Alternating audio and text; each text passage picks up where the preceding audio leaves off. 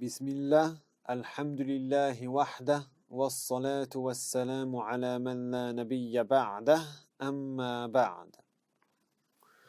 Nous allons rentrer dans un nouveau chapitre de la jurisprudence musulmane qui est en rapport avec le mariage, c'est le chapitre de la séparation. Le chapitre de la séparation, on dit en arabe al-furqa. Al-furqa qui signifie la séparation. Al-furqa, c'est un nom dans le sens de ce qu'on appelle al-iftiraq.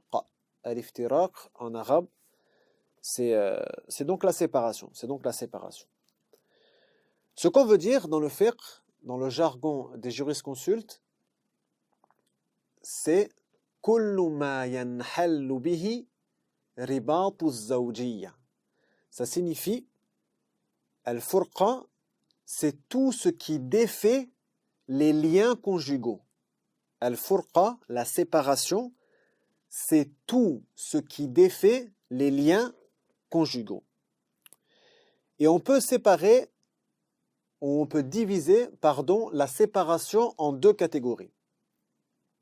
Deux catégories générales. La première catégorie, al-fasakh, qui est l'annulation du mariage. Et la deuxième catégorie, c'est at-talaq, qui est le divorce ou la répudiation. Premièrement, at-talaq, donc le divorce. Le divorce, on peut le définir par hal ribati az-zawjiyya fil hali aw al-ma'al بعبارة تفيد ذلك صراحة أو دلالة تصدر من الزوج أو وكيله أو القاضي بناء على طلب الزوجة. Qu'est-ce que ça veut dire? Ça veut dire at-talaq, le divorce, c'est le fait de défaire les liens conjugaux à l'instant même ou avec délai par une expression claire ou qui a un sens qui fait comprendre la même chose que l'expression claire, donc par une expression claire ou qui a le même sens, qui vient de l'homme, c'est-à-dire cette expression est prononcée par l'homme ou celui qui l'a désigné, ou le juge si la femme a demandé ainsi. Donc ça, c'est la définition de at-talaq, le divorce. Et on va voir beaucoup de détails à ce sujet plus tard, dans une autre vidéo. Al-fasakh, donc l'annulation.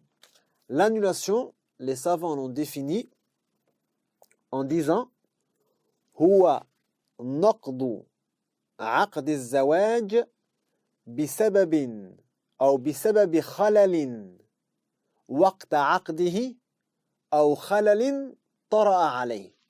Ça veut dire quoi?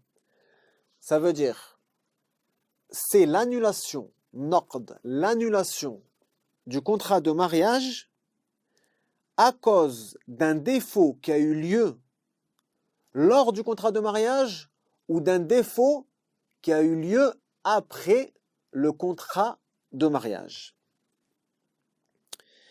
Et on va voir prochainement plus de détails d'abord sur l'annulation, al-fasakh, et après on verra les différentes formes de divorce et ce qui en suit. Wallahu a'lam, Allahumma salli wa sallim ala nabiyyina Muhammad.